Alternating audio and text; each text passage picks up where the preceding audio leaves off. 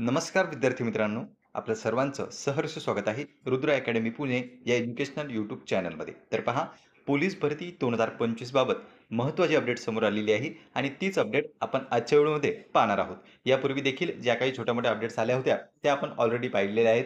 म्हणूनच तुम्ही जर अजून चॅनलला सबस्क्राईब केलेलं नसेल, तर सबस्क्राईब करून घ्या, जेणेकरून कोणतीही महत्त्वपूर्ण माहिती, नवीन अपडेट तुमच्याकडून मिस होणार नाही. तर पहा विद्यार्थी मित्रांनो, या ठिकाणी प्रसिद्धी पत्रक आहे आणि हे विद्यार्थ्यांसाठी काढलेलं नाही. पण यामधून आपल्याला समजते की भरती प्रक्रिया कुठपर्यंत आलेली आहे. इथे पहा, यवतमाळ आहे. दिनांक देखील तुम्ही पाहू शकता. 21/7/2025, 22 जुलै 2025 ला यावर सिम्बॉल मारलेला आहे तारखेचा. तर इथे पहा, तुम्ही पाहू शकता की डेट आहे 22 जुलै 2025, म्हणजे कालचंच हे जे आहे नोटीस आहे. यामध्ये त्यांनी काय सांगितलंय की आगामी काळात, आगामी सन 2026 पोलीस भरती प्रक्रिया राबवण्याची कार्यवाही इथे पहा सुरू असून त्या अनुषंगाने या कार्यालयातील पोलीस शिपाई पदाची बिंदू नामावली अद्ययावत करण्याचे कामकाज सुरू असल्याने आपल्यासाठी एवढाच पण फक्त महत्त्वाचा आहे. बरेच जण विचारतात की भरती येणार आहे का?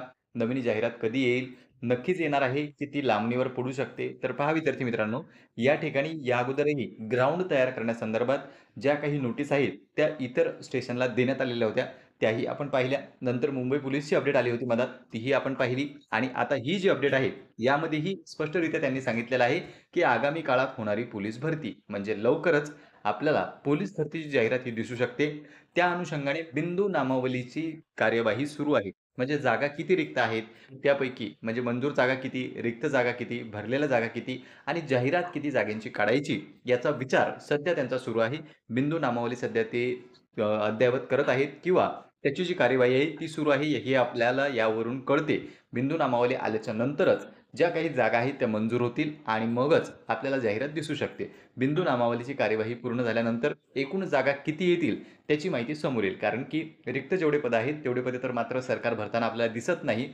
पण तरी देखील बिंदू नामावली आल्याशिवाय नेमक्या कोणत्या कॅटेगरीच्या किती जागा आहेत, रिक्त जागा किती आहेत आणि जाहिरात कितीची काढावी याची कल्पना आपल्याला आणि त्यासोबतच सरकारला सुद्धा येऊन जाईल. म्हणूनच बिंदू नामावली अगोदर येईल. त्यामध्ये आपल्याला समजेल की रिक्त जागा किती आहेत, त्यापैकी अगोदर मंजूर किती होत्या, भरलेल्या किती आहेत आणि रिक्त किती आहेत. त्यानंतरच रिक्त जागेमधूनच येणार आहे तुमची जाहिरात. तर अजून तुम्ही सीरियस झालेले नसाल, तर पोलीस भरतीला सीरियस होऊन जा. कारण की लवकरच ती जाहिरात येणार आहे आणि त्या अनुषंगाने जर तुम्ही अभ्यास सुरू केलेला नसेल, तर तुमचा अभ्यास सुरू करा. कारण की जे काही आगामी काळात ग्राउंड होणार आहे, ग्राउंडची तयारी तर तुम्हाला नियमितपणे करायचीच आहे. त्यासोबतच अभ्यासालाही तुम्ही लागू शकता. सध्या तुमच्याकडे वेळ आहे.